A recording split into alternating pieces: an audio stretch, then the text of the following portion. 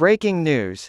Putin is thinking about making the trip to the G20 summit in person, which would set up an awkward meeting with Western leaders. A source in the Kremlin told NBC News that Russian President Vladimir Putin is debating whether or not to attend his first in-person meeting with Western leaders since his forces invaded Ukraine in 2022.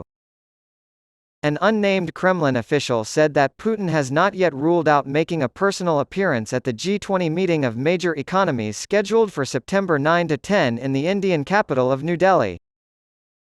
In light of the upcoming election 9 months from now, the Russian president would like to make up for lost time after being sidelined by international attention due to the conflict in Ukraine. At a highly publicized event, he would be eager to court nations that aren't solidly in the Western camp, much like Chinese President Xi Jinping. Putin, however, sees the importance of timing in everything. Big risks would be involved for a leader who is used to carefully orchestrated media appearances at home and summits with friendly countries like Belarus, China, and Central Asian states. The Russian leader is under intense pressure to make a choice. Professor and director of the Institute of Asian and African Studies at Moscow State University Alexei Maslov expressed concern that the G20 summit could be aggressive toward him politically.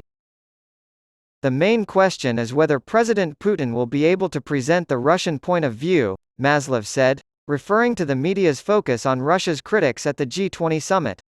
If assurances are not given, he may only make a virtual appearance or decide not to take part at all.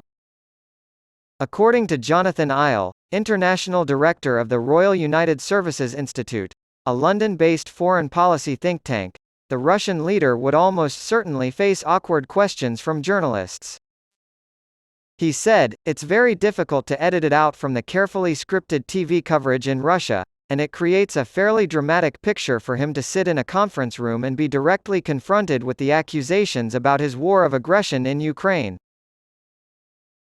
This isn't just wishful thinking. Putin was publicly shunned and sidelined at the 2014 G20 meeting in Australia following Russia's annexation of Crimea. Putin had already begun to avoid public appearances at international events due to the risk of being confronted over alleged war crimes in Ukraine. In 2020 and 2021, when the pandemic was at its height, he attended G20 meetings virtually. When other world leaders gathered in Bali, Indonesia in 2022 to condemn Russia's invasion of its neighbor, he stayed home. "I'm not sure. To be honest, I ignored it," Putin reportedly told the Russian news agency TASS in late July. "We'll see," when asked if he planned to visit New Delhi in August. In March, Kremlin spokesman Dmitry Peskov told reporters to wait for an official announcement. The G20 summit next month will be an important litmus test of many countries' true positions on Ukraine, and it is already shaping up to be the most contentious in years. Tensions over Ukraine prevented the usual joint communiqué from being issued at the conclusion of a two-day meeting of G20 finance ministers in July. Nirmala Sitharaman, India's Minister of Finance, said that both Russia and China had raised concerns about a phrase that referred to immense human suffering. France has said it will not sign a statement like the one issued at the end of the G20 summit in Bali last year, which did not explicitly condemn Russia's invasion of Ukraine.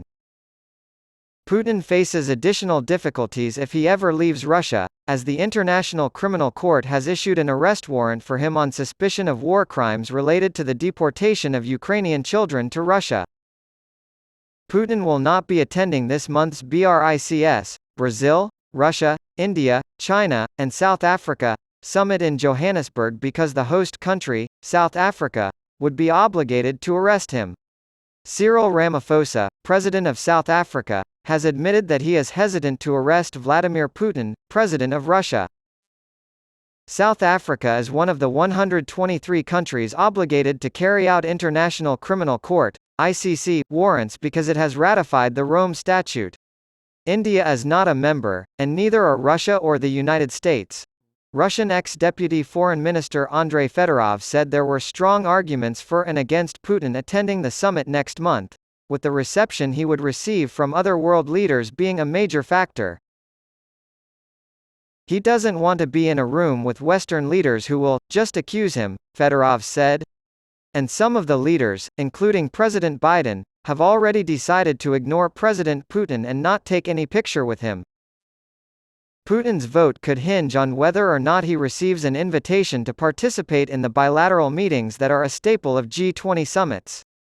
Saudi Arabia, South Africa, India, and Russia's longtime ally China were among the G20 countries that didn't vote in favor of a resolution in February calling on Russia to withdraw its forces from Ukraine. In 2018, shortly after the murder of Washington Post columnist Jamal Khashoggi, Putin famously high-fived Saudi Arabia's crown prince at the G20 conference. However, from a diplomatic perspective, that was a long time ago. It's very difficult to see what other bilateral meetings he is likely to have, Ail said, other than Mr. Modi, the Indian Prime Minister who would act as a host, or perhaps Xi Jinping of China. However, that might not be enough to discourage Putin. If it didn't cost him anything, he'd like the relations repaired with the West, Ail said.